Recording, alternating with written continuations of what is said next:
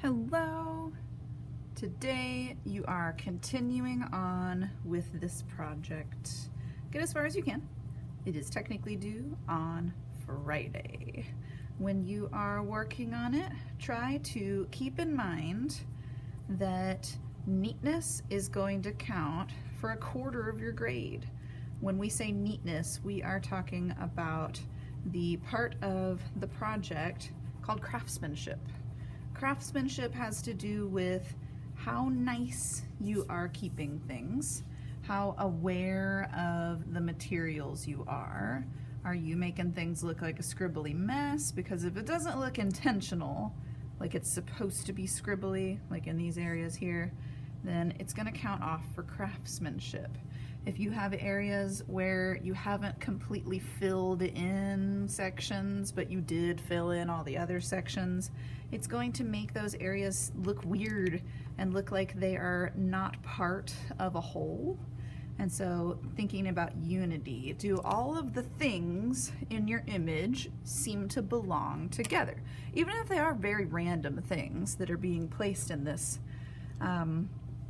drawing or painting, whatever it is, that's fine, but there should be something about them that feels like they belong together, like they're all drawn in the similar style. Or I've seen some people using certain colors that are showing up all over the image, and so that color unifies everything and makes everything feel like it belongs. And so be aware of those things. I am currently adding shadows to mine. I'm using complementary colors to add these shadows.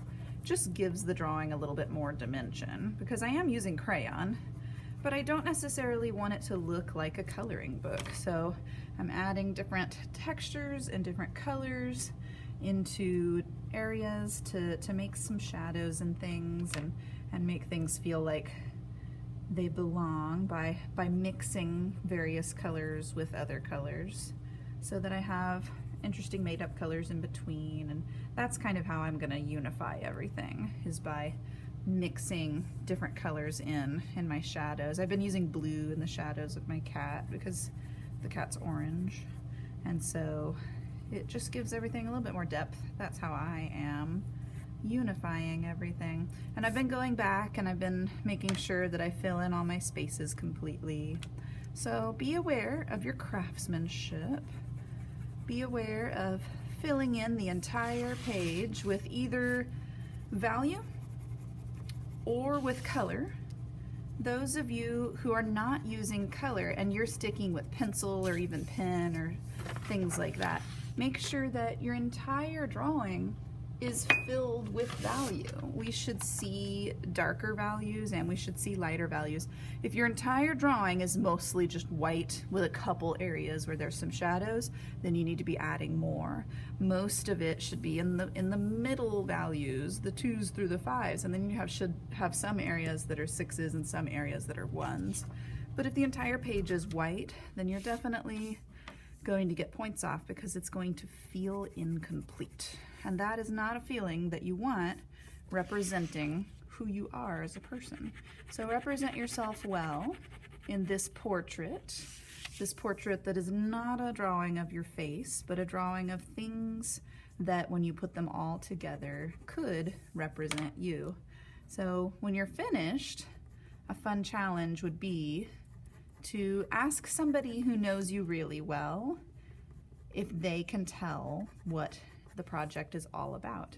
Because if they can identify that it's a project representing you, then you know that you've done a really good job representing yourself in your drawing. And it doesn't even have to be a super artsy person to be able to answer that. Ask people around you about your artwork. There's nothing wrong with getting advice from people about the way it looks. Ask us. If you want to take a picture and send it in an email and ask your teacher, what do you think of this area? It just seems weird to me. Do that. We'd love to give you guys feedback. And when you're at home working on these, we have less of an opportunity to do that. So feel free to ask us things about your artwork, because we love answering questions about artwork and analyzing it. Enjoy. This should be a project that you're having a lot of fun with.